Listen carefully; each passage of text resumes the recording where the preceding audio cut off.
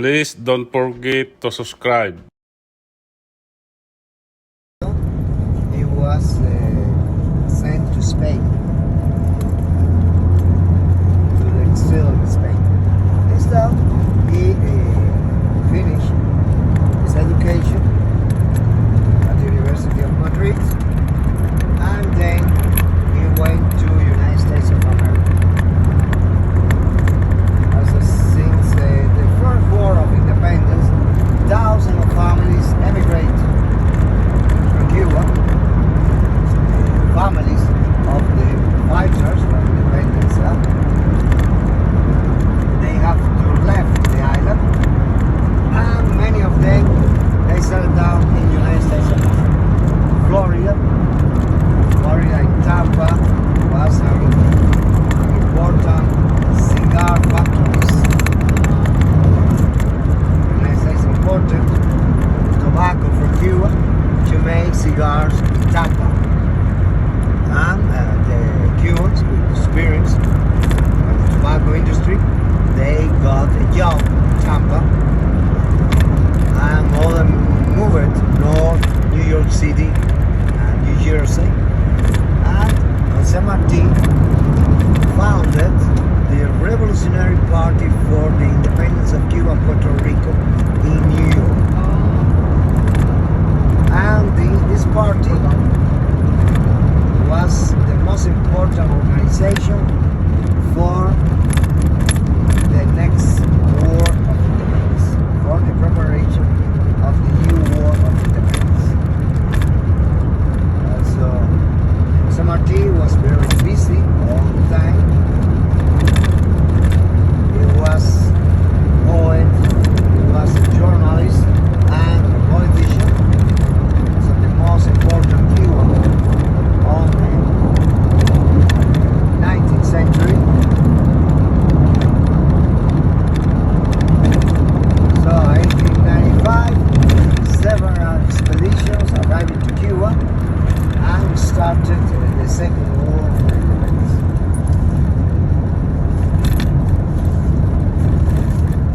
3 years long. Were the Second War for Independence. But very soon, after obtaining the independence, the government of the United States of America wanted to buy Cuba from Spain. And Spain refused it all the time. The offers of the United States, even the third president of the United States, Jefferson, they offered $50 million for buying Cuba, but Spain refuses.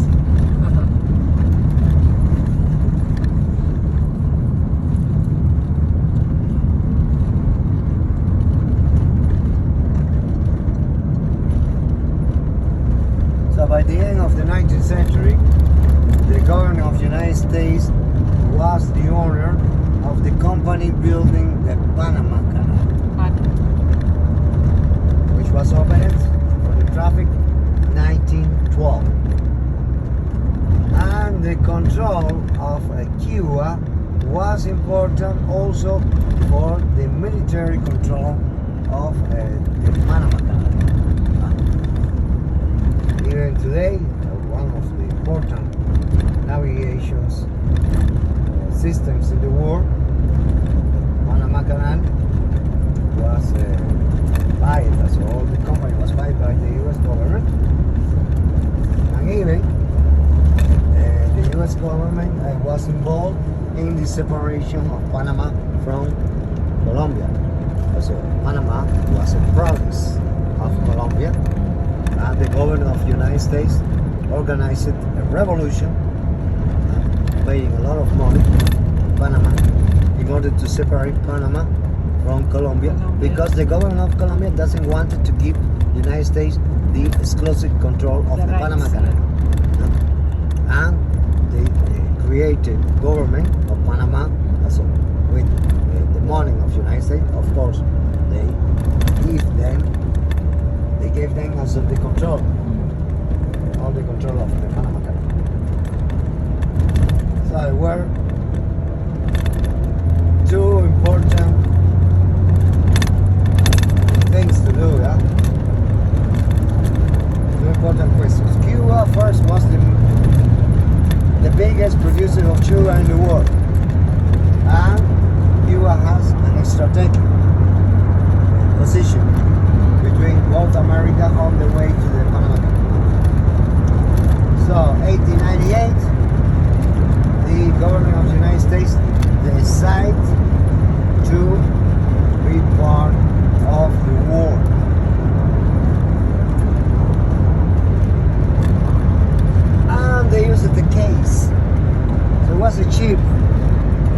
military ship of United States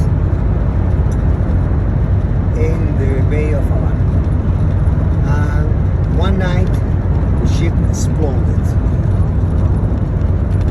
And the US government, so first the press, the American press, they began the campaign blaming Spain for the explosion. So first they say it was a mine, later it was a sabotage. As a matter of fact, it was a furious press campaign against Spain. So a few weeks later, the Congress of the United States gave the president the permission to declare the war to Spain. And they sent troops to Cuba. And together with the rebels of Cuba, they obtained in only one and a half the victory. And at the end, the United States sat on the negotiations table in Paris alone in front of Spain. And they forgot the rebels. The rebels had no representation by the negotiations between the United States and Spain. So began a period of the military occupation of Cuba by US American troops between 1898 and 92.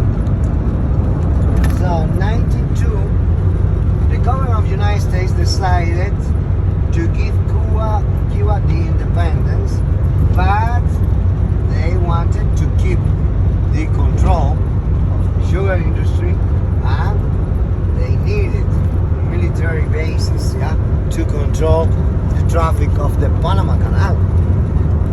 So